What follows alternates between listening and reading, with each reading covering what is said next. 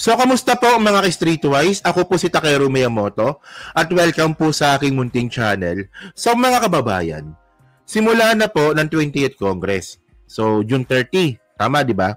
So, ibig sabihin nun, meron na po tayong bagong set ng mga congressman at bagong set ng mga senador. At bukod doon mga kababayan, matutuloy na po yung pinakahinihintay natin na impeachment trial ni Sara Duterte. Kasi po, magagawa na po ng mga congressman natin yung request, yung kaikang request ng mga senador natin na kailangang i-verified ng 20th Congress ng mga congressman na itutuloy po yung impeachment trial kahit na po tumawid na po ito ng 20th Congress. Okay. So, para madali lang po, ito basahin po natin to from ABS-CBN News, Sabi dito, ngayon nagsimula na ang 20th Congress, mas madali na umano para sa Kamara na tumugon sa ikalawang hiling ng Senate Impeachment Court. So yung unang hiling nga po ng Senate Impeachment Court, nagawa na po ng Congress yun, na kailangan nilang i-verified na wala po nilabag sa konstitusyon yung pag-file nga po ng impeachment trial ni Sara. And then yung pangalawa nga pong hiling nga po ng Senate Impeachment Court, yun nga po, kung itutuloy pa ba or itatawid pa ng mga prosecutor po natin tsaka ng mga congressman po natin yung impeachment ni Sara Duterte kahit ito po ay tumawid na po from 19th to 20th Congress. Okay. So madali na to para sa kanila kung tutusin, Sabi dito, okay, ngayon nagsimula na ang panibagong kongreso, mas madali na umano para sa Kamara na tumugon sa ikalawang hiling ng Senate Impeachment Court na ratification pala, hindi pala verified, ratified, okay. Ratifikahan ang 20th Congress ang ipinasang verified impeachment complaint laban kay Vice President Sara Duterte. Tiwala si House Impeachment Prosecutor Isabel Zamora na susuportahan ng mababang kapulungan ang anumang ipapasang resolusyon. Alam nyo, para makasigurado po tayo na susuportahan ito ng mga congressman natin, si Martin Romualdez pa rin dapat maging Senate, maging House Speaker. Di ba alam natin, na meron naglalabing, may naglalabing na gusto niya rin maging House Speaker. O, di ba, kung papalitan pa natin si Martin Romualdez, Diyos ko naman, baka manganib pa yung impeachment trial ni Sara. O, at least pag si Martin pa rin, walang pagbabago. O, di ba, ganun pa rin. O, di ba? So, sinasabi ko naman tayo po open tayo sa pagbabago for the better. Di ba? So, paano natin malalaman na for the better kung papalitan si Martin Romualdez kung yung papalit sa kanya hindi nagsasalita? Di ba? So, yun ang point natin. So, ngayon, mga kababayan, actually, madali na po ito para sa kanila. Pero pinakamahirap po talaga mga kababayan, kaya ayaw na ayaw po talaga ng mga abogado ni Sara na matuloy po yung impeachment trial niya. Kasi po, sa Article 1 pa lang po ng impeachment trial, laglag na po sila. Tignan ninyo ito nakaligtaan ko lang to content, pero sabi dito, ano yung Article 1 ng impeachment ni Sara? Yung high crimes, betrayal of public trust, culpable violation of constitution, na yung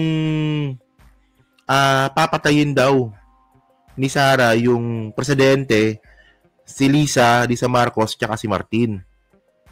'Di ba? So, alam nyo, nagbayad po si Sara Duterte ng 20 million petot. Diyan po sa Fortune Salazar Narbasa Law Firm para nga po sagutin itong lahat ng article of impeachment niya. Pero sa number 1 pa lang mga kababayan, palpak na po. Kasi una sa lahat mga kababayan, wala pong tawag dito, wala pong pagtanggi. Wala pong pagtanggi na ginawa ba ito ni Sara. Ang sabi lang po ng abogado ni Sara, wala kayong ebidensya, kahit meron. So, tinan nyo to sabi dito ng abogado ni Sara, na binayaran niya ng 20 million pesos.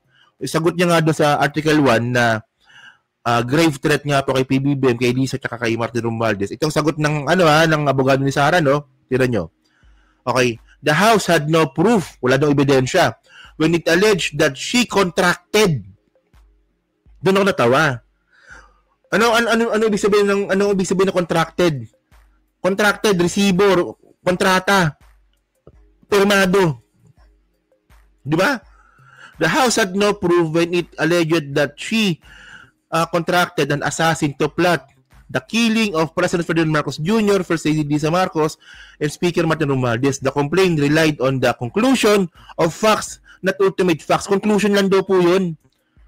Yung katangahan na to, no? 20 million na yan.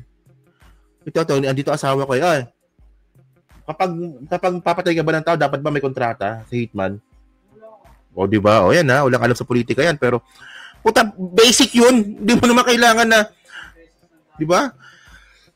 hindi mo, ito yung point natin eh. Hindi mo kailangan ng makagraduate ka ng law.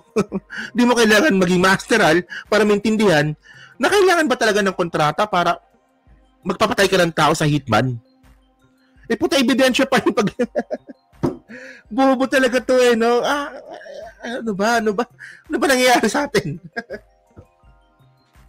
Sa universe.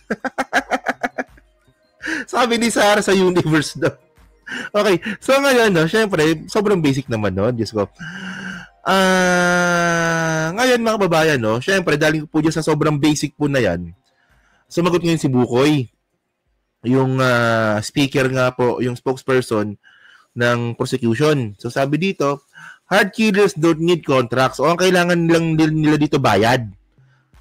O, tsaka picture. Tsaka identity. Kung walang picture, identity. Kung sino papatayin. Alam namang hindi kilala ng hitman kung sino si PBBM. Sino si Lisa, tsaka sino si Martin. Kailangan pa mo ng kontrata. Ang kailangan nandun, picture, kung di picture, identified dapat yung papatayin. O, di ba? Hard killers don't need contracts. Bukoy takes down. VP Duterte claimed that PBBM assassination isn't legit. O, di ba? Hindi daw legit eh. O. Tingnan nyo to ha. So, ngayon mga kababayan, ito yung statement nga po ni spokesperson Bukoy. O, tingnan nyo to. Panoorin nyo to. Kasi sabi, without ultimate facts din daw, parang full conclusion, total conclusion, yung buong articles of impeachment daw. At isa dito sa mga sinasite ni Vice President Sara Duterte, wala naman daw pong kontrata doon sa kanyang pagbabanta sa buhay ni Pangulo, ng First Lady at ng House Speaker. Alam niyo ho, yung pagkontrata ng mamamatay tao, hindi ho naman sinusulat yan eh. Hindi ho ba? Hindi naman sinusulat yan eh. I agree to kill, etc. Walang ganun eh. Kasi illegal eh. Eh siya na rin yung nagsabi. Oo nga, no? Kasi nga illegal. O nga, no? Bakit may kontrata pag illegal? Saan ka nakakita ng illegal na may resibo? O nga, no? Di ba? Si Sarah pala. Oo nga pala. Si Sarah ginawa pala yun. Gumawa ng illegal may resibo. Tingnan nyo, O nga pala. O si Sarah pala. O di ba yung namigit siya ng confidential fund? Yung pangalan, Xiaomi 8, Mary Grace Piatos, di ba? Joe Deligo. So yun may resibo. Pag gagawa ng illegal, tandaan nyo ha, pag kita nyo may natutunan pa tayo kalokohan dito. Pag gagawa ng illegal, dapat walang resibo. O wag po natin gagayan si Sara Duterte, nagawa ng illegal, may resibo. Ganun pala. So ibig sabihin pala, ng abogado ni Sara, hindi, wala namang resibo eh. Wala namang kontrata eh. Kasi pag si Sara gumagawa ng illegal, may resibo. So, ayun pala ibig sabihin nun. Ayos talaga to. Ay, galing ng abogado na to. Diyos ko na yan. Magaling. Magalis. So, sige. Continue. Sinusulat yan eh. I agree to kill, etc. Walang ganun eh. Kasi illegal eh. Eh siya na rin yung nagsabi. Kumontrata ako ng asasino, ng mamamatay tao. Hindi naman sa amin ang galing yan. Sa kanya. Correct. O, di ba? Alam niyo talaga, no? Kaya pala 20 million ng binayad ni Sara sa mga abogado niya. Kasi nga po, kung ba naman pagtanggol mo yung mali, edi credibility mo yung nasira doon. Ayun pala yun, yung 20 million, bayad pala yun sa kredibilidad ng mga abogado kasi magtatanggol sila ng mali. Okay, ano pala? At inulit pa niya. Hindi ba? Another interview, inulit niya. Kung maalala nyo, nung una yung sinabi niyan, na ipapapatay ko, may kinontrata na ako, no joke. So anong kontrata ang pinag-uusapan natin? Kontrata na, nasa kasulatan, nakanotaryo? Come on. Kasi so ibig sabihin nun, yung kontrata pala na Word, nanggaling din pala kay Sarah. So hinahanap mismo ng abogado ni Sarah, yung sinabi ni Sarah mismo kontrata. So yun, yung mga kabayan ko sa mga tao. So ngayon mga kabayan, alam naman po natin no, na ito tinan nyo to. Okay. Alam nyo kasi mga streetwise no, kahit po na pagbalik-balik rin po natin yan, kahit po na bumuka ka dyan si Sarah, mga kababayan. Kumalat na po sa buong mundo yung ginawa niya at nakakahiya po ang Pilipinas dito. Ayan no, galing itong ABC News, Australian Broadcasting Company ata to, no? So, death threats on Marcos Duterte feud highlight in Philippine problem with political violence. So, di ba? Ano na yan eh? Buong mundo po nakakita niyan eh. O CNN. O Philippine Vice President says she would have Marcos assassinated if she is killed. O, CNN ano yan? CNN World yan. So, hindi lang po ito balita sa buong Pilipinas, balita rin po ito sa buong mundo. And by the way, ano bang hinahanap ninyong ebidensya? Ang ebidensya dito mga kababayan, si Sarah mismo. Ito para makuha ng mga DDS, no? Tingnan niyo to. Basic.